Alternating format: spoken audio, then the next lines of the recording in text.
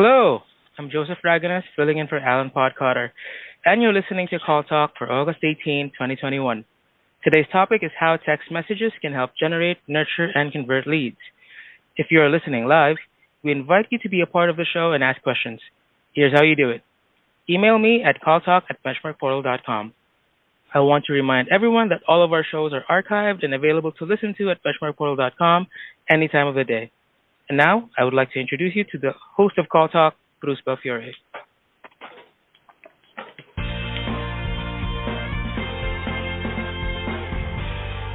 Thank you, Joseph, and welcome back to Call Talk, everyone. You know, texting is something that didn't exist for the contact center world a few years ago, and for many, it's still a small factor. But it is growing, and it offers challenges and opportunities for contact center managers, including those in the lead development and sales side. So this is really our first show ever dedicated to SMS texting, and so we wanted to bring on an expert to really help us to understand things. Because text messaging marketing holds massive potential for lead generation, but only if it's executed correctly. And there are specific ways that you can maximize the success of SMS, and so we have brought a special guest on for that, and so we're really we're happy to welcome Todd to our show. Thank Todd, you, Bruce. how are you Happy doing? to be here. Okay. I'm doing great. Very good. Doing great. Great. Okay, so a couple of words on Todd and his background so that you know what he's been up to. Todd Fisher is co-founder and CEO of CallTrackingMetrics. Sorry about that. Todd founded the business in 2012 with his wife, Laure, in their basement, and together have grown it into an Inc. 500 call management platform, serving over 30,000 businesses around the world. So this is a huge success story for Todd Fisher.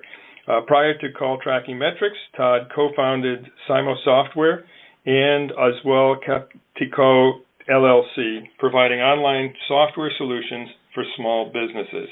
So a real expert here, and we're really happy to have him on. So Todd, you know, we're going to get into the aspects of SMS for which you are particularly well known on the marketing and lead generation side. But for our listeners who are focused on customer service, I would also like you to share some of your ideas regarding the use of SMS texting for inbound customer service. How do you see it fitting into an overall multi-channel strategy?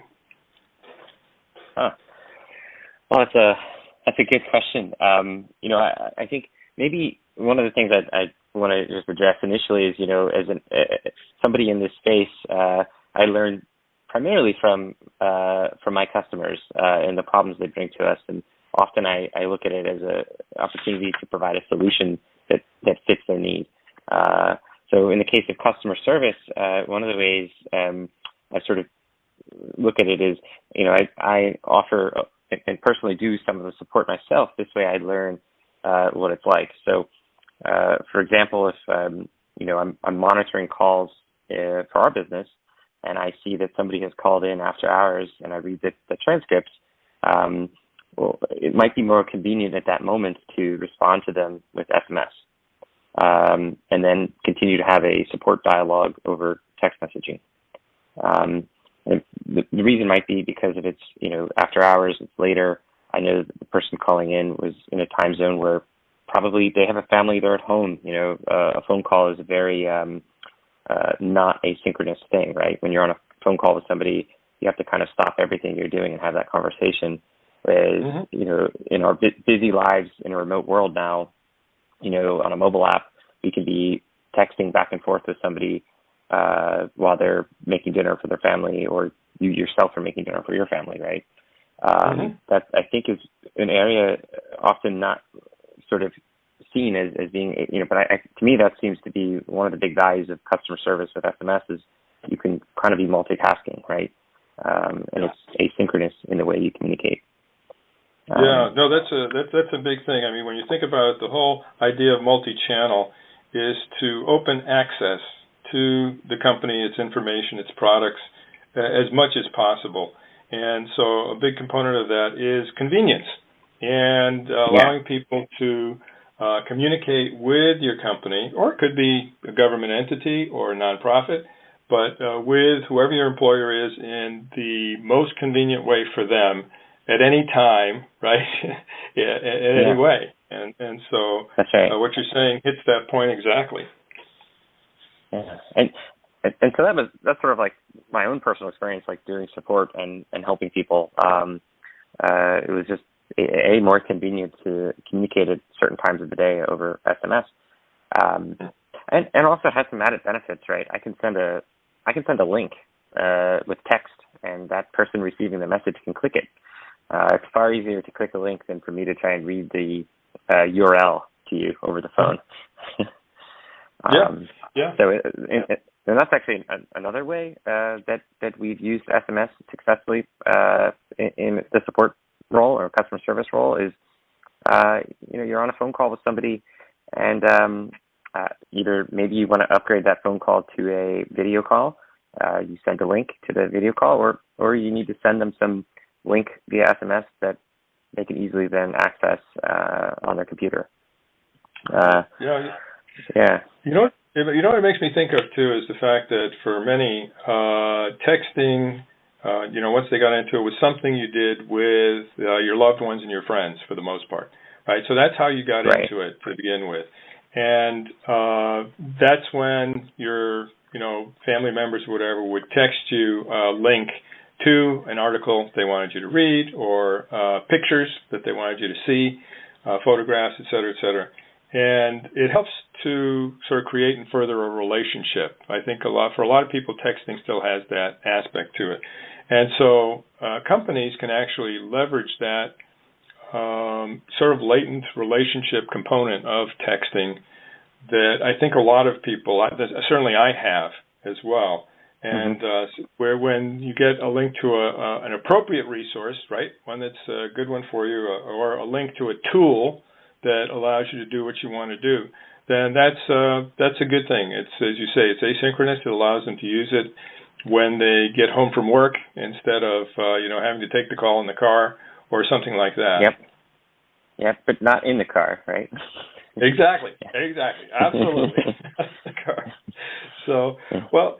Okay, so those are great insights when it comes to the SMS for customer service. And let's turn over to SMS for marketing. And what makes text messaging an effective strategy for generating, nurturing, and converting leads?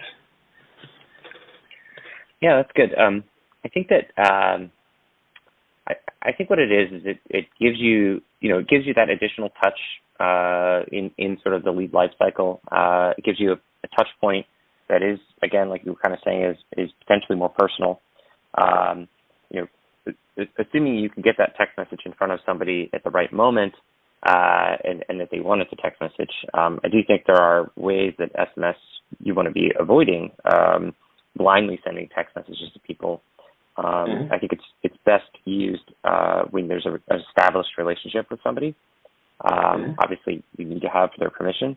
And I also think that it's wise to use it in a very targeted way at a very opportune moment, right?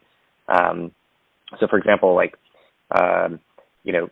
if I purchase a list of phone numbers, it wouldn't be appropriate for me to send a message, right? This would probably not even be legal, right? So you wouldn't want to do that as a way of form marketing. What you would maybe want to look at doing is if somebody has engaged with you, I've called your business, I've had a conversation with your sales reps, and I'm engaged in the product, in the prospects of purchasing the product.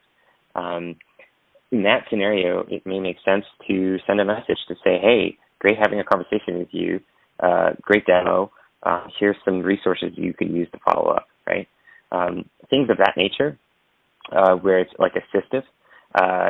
Email obviously plays a role here too, but SMS can be very informative,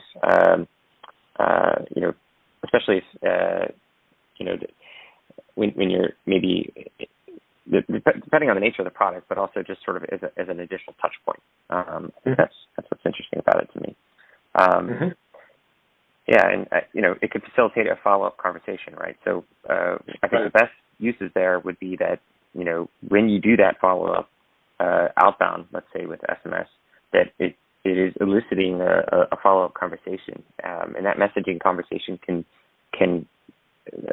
start via SMS, right, and sort of to carry that conversation forward.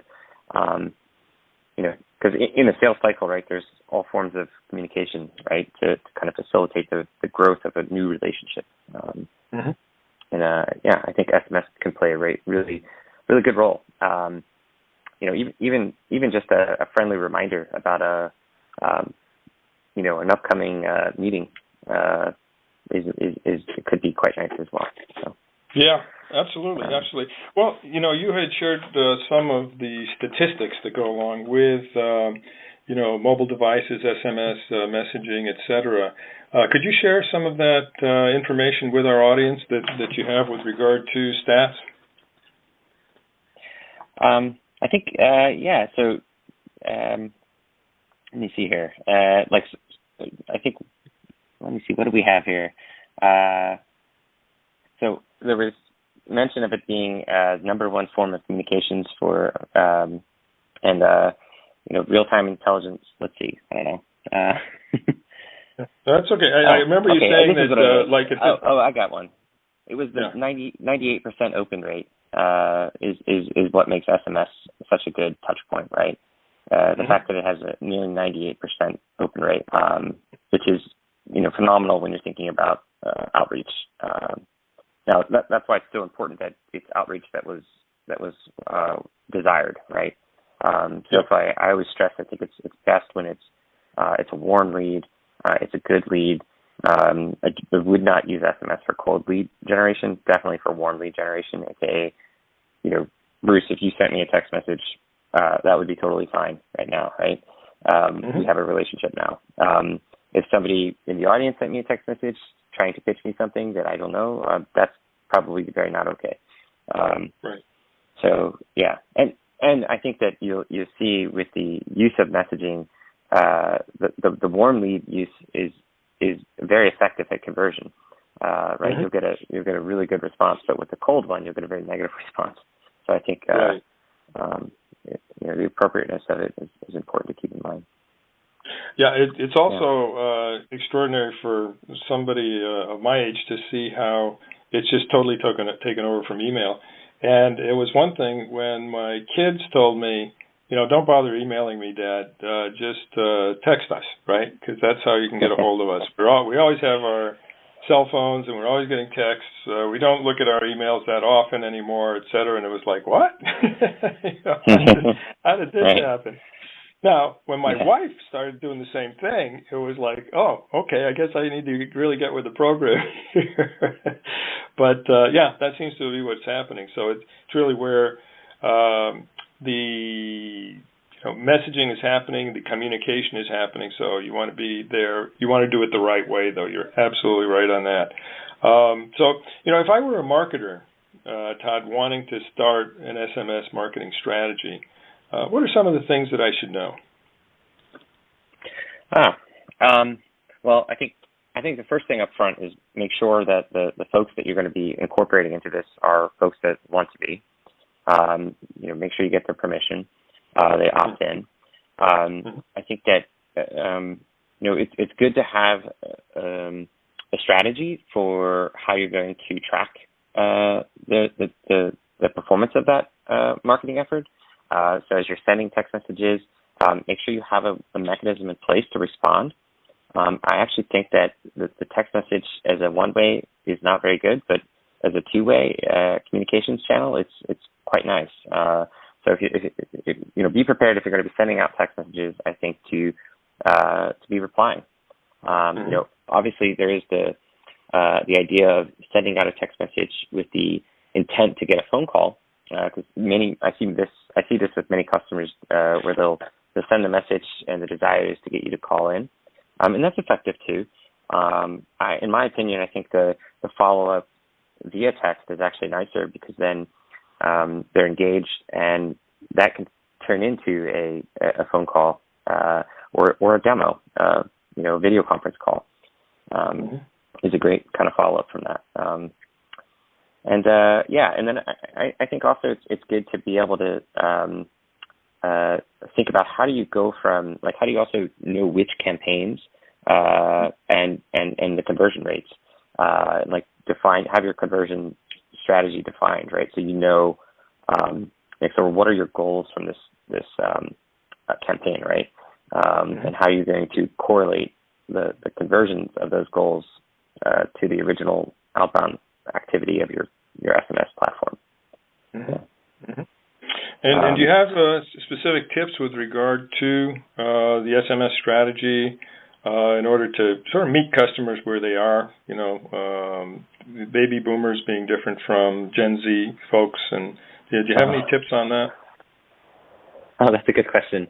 I think that's an interesting one. I mean, you could potentially think about how you would incorporate demographic data that you might have on folks to customize the message to them. Perhaps there's different language that might resonate differently.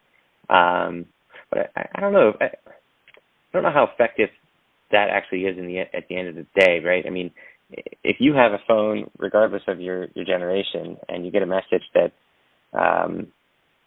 you get a text message that, a follow-up text message about an interest you had in some product, or a follow-up from a demo or something like that. I feel like any generation may respond well to that text message. I think at this point, at least I just wonder, how about incorporating emojis and memes? Does that work as well with baby boomers as it does with the Gen Z folks? Oh, I don't know. Maybe not. I actually don't have much data on that. I wonder how we might do a test on that. Sure. Yeah. I mean, let's talk about it. Do some research there. Yeah, I think maybe some research is warranted there, but I would have to imagine everyone has a sense of humor when it comes to these things, and may find it amusing. I don't know. But probably you have to be tactful in that, right? In your use of emojis to make sure that it's appropriate, right? I would imagine if you're targeting like a bank customer or something like that, maybe emoji's not gonna, resonate as well. But who knows? Maybe it will. I've seen something that indicates that 12 p.m. is often the most common and effective time to send out a campaign message. Have you found that to be true? Well, I can certainly say that's when we see the most text messaging traffic on our platform. So I think that probably corroborates your stat there. The data we see a spike. Usually it starts around 11:30, and then it wanes around 3, maybe sometimes 2. And what about offering promotions in text? I think you want to be careful there. I'll say, so if you have an explicit, if you have an existing customer, let's say, and they've opted in to this idea of getting promotions, then absolutely, go ahead. But I think be especially careful with that kind of use of text from the standpoint of there are a lot of people out there that are looking for, you to send them a message and you didn't have permission. So you do want to be careful. We've definitely seen folks get in trouble, and you don't want to send messages to the wrong folks. So you do want to make sure that if you are sending out promotional text messages, that you have that written consent, or you have that customer established and they've opted into that kind of messaging. Gotcha. And actually, in fact, with A2P being here, you want to all your SMS activity, you're going to want to get approval first to have that kind of campaign message going out. So as long as you're also incorporating opt-out language in that message, it should be good. Yeah. Right. But opt-out in all text message communication is really important. Is important, right? No, that's good. Good advice. Well, we're going to go over to some questions, but I just wanted to see if there was anything else that you wanted to say with regard to the characteristics that can help marketers generate, nurture, and convert leads through text message marketing. Any further thoughts on that? Yeah, I mean, I think a call to action, right, in the message, if it's, make it clear, short and concise, actionable, so that the person getting the message knows why they're getting the message. Incorporate that opt-out language always. Have auto, if you can incorporate automation into that to automate the opting out, like that's actually really important. And A2P is super important for all of your message campaigns. Make sure you're getting them registered and following through with sticking to those campaign guidelines. Okay, very good. Okay, those are great inputs there. At this point, I'd like to go over to Joseph and see if he has some questions for us. Sure.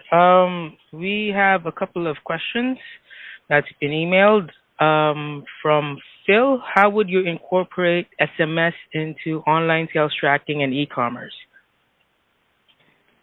Oh, that's a cool question. So I guess, a couple thoughts on e-commerce in general would be, the sales follow-up from an order. So, if I've made a purchase, it's great to get opted into receiving SMS updates on my order. How nice is that to know that my package is going to be arriving, Sunday at 11 a.m. Or the fulfillment of my order is nearly complete and will be out to delivery, right? Because UPS I think incorporates a lot of the sort of SMS updates, but prior to that part, getting SMS updates or follow up with customization of my order, right? Sometimes I think it was when I ordered for my daughters, I ordered bubble bath stuff, and I think actually got into an SMS conversation about some of the different soap colors that they might want, and that was quite nice to be able to kind of get a little extra level of customization and sort of personalization in that order experience. And you think about it from like e-commerce. E-commerce is so much about sort of the scalability of that store. But really, once you've purchased, to be able to then provide sort of personalized support, it just kind of starts to make sense, right? Because it continues to be quite scalable in that way. So I don't know.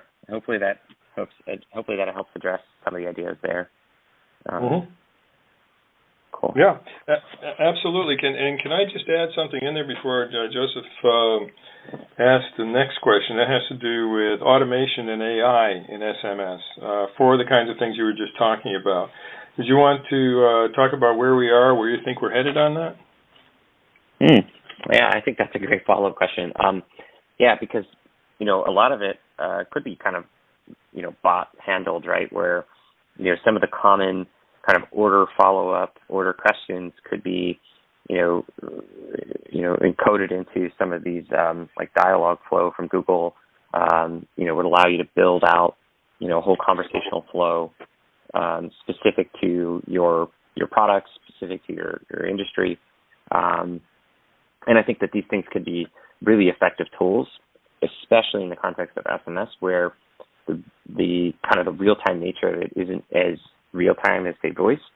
And also the tonality of the voice isn't as important because it's just text at that point. I think personally, I think we still have quite a ways to go before it becomes like kind of human level. But I think that, especially in SMS, I think you can make it useful and assistive in that it can sort of act as an initial front, gate to that human before the human has to deal with the person, especially if it's sort of like some qualifying questions. And you can cover some of the edge cases where the question doesn't make sense, right? And some of that is the finesse of the script, right? How do you kind of finesse it to feel natural when they respond to you with something that doesn't make sense, some incoherent response, and you're like, asking them the same question again. Like that's not good. Right. In those cases, I think it's, hey, hang on a second. Let me see if I can look into that for you or something like that. And then that's when the human comes long as the human also has the original transcript that the bot had with you, then they can become up to speed with what you asked the bot, so then they're not just asking you the same question again, too. Because I see that a lot, right? The human just asks the same question the bot asked, and you're like, oh. Yeah. No, it has to be a seamless continuation of the automated interaction that then becomes human. Absolutely. Okay. Oh, that's great. Yeah. I think we have time for one more question before we end the program. So, Joseph, do you have another question for our guest here? Yeah, we have one from Sandra, Atlanta. How would you incorporate SMS for lead generation? Do you have any tips or tricks in that matter? Oh, yeah. Okay, so, I think one of the ways I've seen it work well is, a lot of lead gen happens with web forms. So, you have your website, it's advertising your product or service, and somebody Googled you, they clicked on your paid ad, then see your lead form, or they don't think of it as a lead form, right? It's a request for service form or contact us form. They fill it out.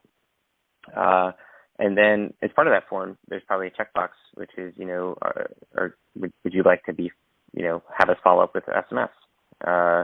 And if they check it, then that's great. Now you can send them a follow-up message, engaging them. And I think the nice thing about this is that, usually you want to get them on the phone, and, more and more folks will have, do not disturb on their phone. They don't recognize your phone number. If you haven't gotten shaken and stir figured out yet, then, they're going to probably ignore your phone call. But, because the higher rate of open for SMS, if they've agreed to get a text message from you, then that initial text message could be the starting point to a phone call, or, like I said earlier, a demo, a video chat.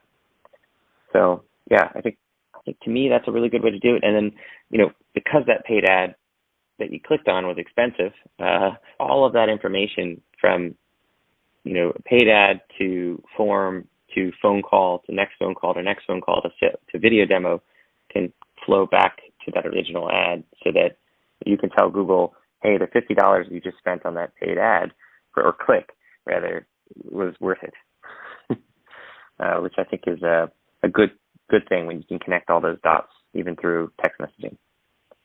Yeah. So yeah, that's what I got, or that's my thoughts on lead gen for now.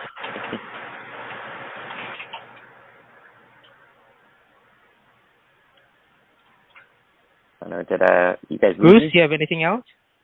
Yes, okay, I do. So thank you so much. You can hear me now? Good. Yeah. So thank you so much for taking us through that, Todd. And there's a lot in SMS that I think a lot of people have to learn. And this was a great way of bringing a lot of our listeners up to speed on certain things that are happening. So we've got Todd to thank for that. And, both on the customer service side and the marketing side. So we want to thank you, Todd. Is there any final thing that you'd like to share with our audience before we turn things back over to Joseph to end the show? No, I think this was fantastic. I think in this space, there's just so many interesting problems to solve, and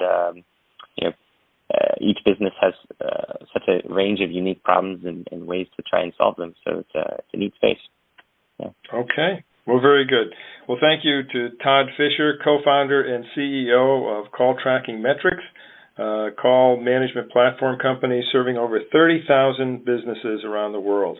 This has really been great, very enlightening, and we really appreciate your input here. And with that, we'll hand things over to Joseph to wrap up the show. Joseph?